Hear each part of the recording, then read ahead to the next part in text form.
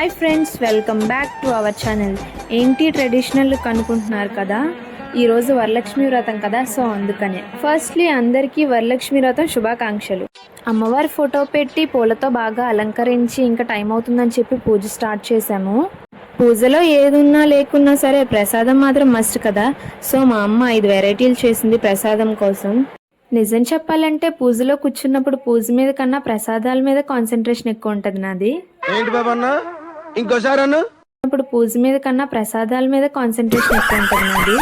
సరేలే అని చెప్పి ఇంకా లేట్ చేయకుండా పూజ అయితే స్టార్ట్ చేసాము.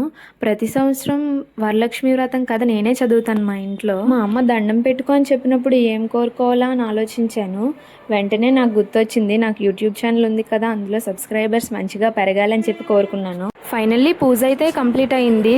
తెలిసిందే కదా, అమ్మాయిలంటే ఖచ్చితంగా ఫోటోషూట్ జరగాల్సిందే అని. సో నేను కూడా కొన్ని ఫొటోస్ తీసుకున్నాను. So this is all about today. Please do like, share and subscribe my channel.